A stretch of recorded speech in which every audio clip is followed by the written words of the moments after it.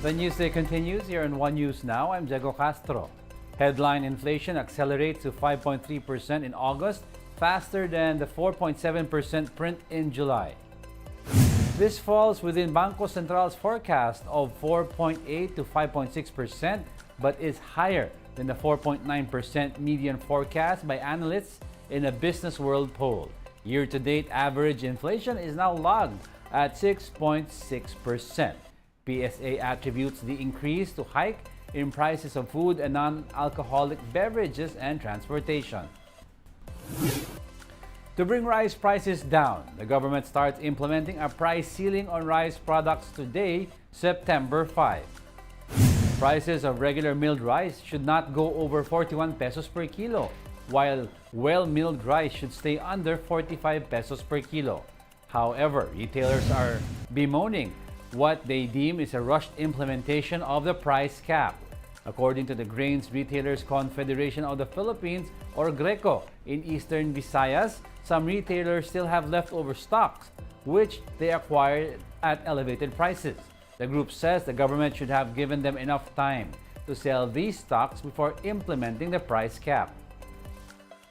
Huwag sana na-implement ura-urada. Kasi kami pong mga retailers, may mga stock po kaming nabili na ang mahal pa, napakamahal.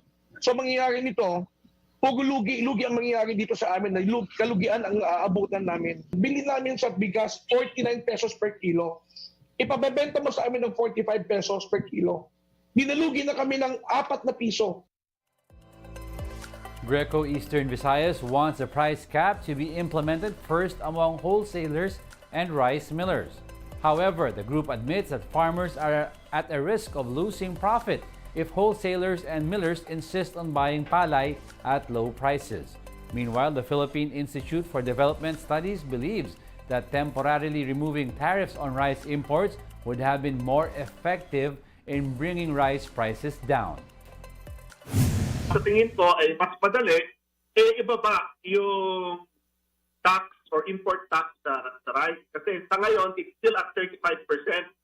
Kung inalis mo yung tariff na yan, i-zero mo yan, you will get a 35% price reduction of imported rice. It isn't just rice that's getting more expensive. Pump prices have also gone up. Starting today, diesel prices are up by 1 peso and 20 centavos a liter. Gasoline by 50 centavos a liter, and kerosene by 1 peso and 10 centavos a liter. Overall, gas prices have increased by at least 14 pesos in total this year. Diesel and kerosene by at least 6 pesos.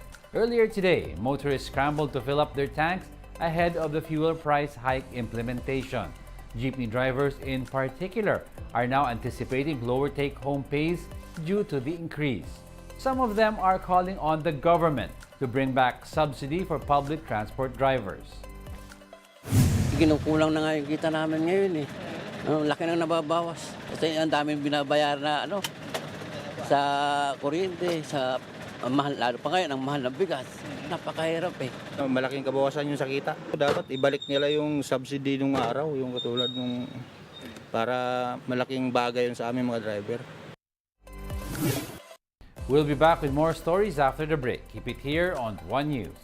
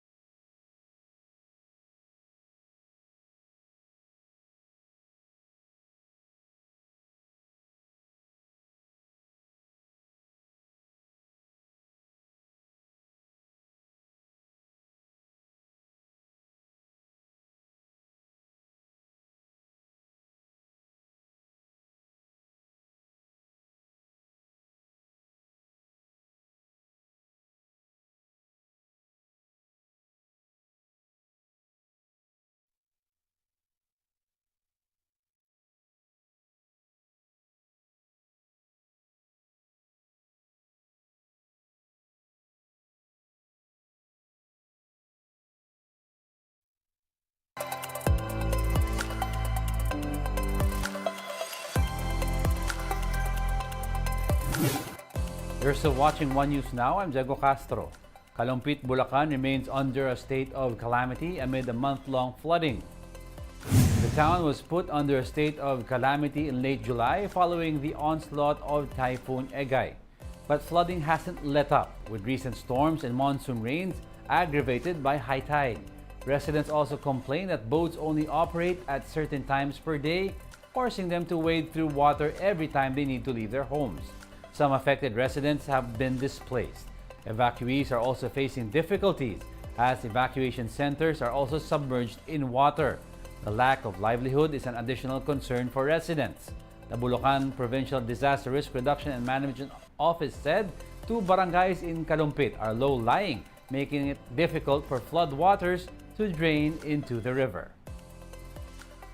Ngayong araw kasi na to ang high tide natin, kaninang 1:15 at nasa 2.67 pa, almost 3 feet pa rin. So ito ang nag-cause ng pagbaha sa ibang mga coastal, katulad ng Malolos, Hagonoy, Calumpit, Paumbong, Ubando at Bulacan. Some parts of Luzon are still experiencing rains as the LPA inside the Philippine Area of Responsibility has intensified into Tropical Depression Ineng. Ineng was last spotted some 925 kilometers east of extreme northern Luzon. It packs winds of up to 45 kilometers per hour and gustiness of up to 55 kph. Ineng is forecast to remain far from the Philippine landmass. It may exit the country's monitoring zone by tonight or tomorrow as a tropical storm. Ineng is not directly affecting the country, although it is enhancing the southwest monsoon or habagat. Occasional to monsoon rains are expected over the western portions of Luzon in the next 3 days.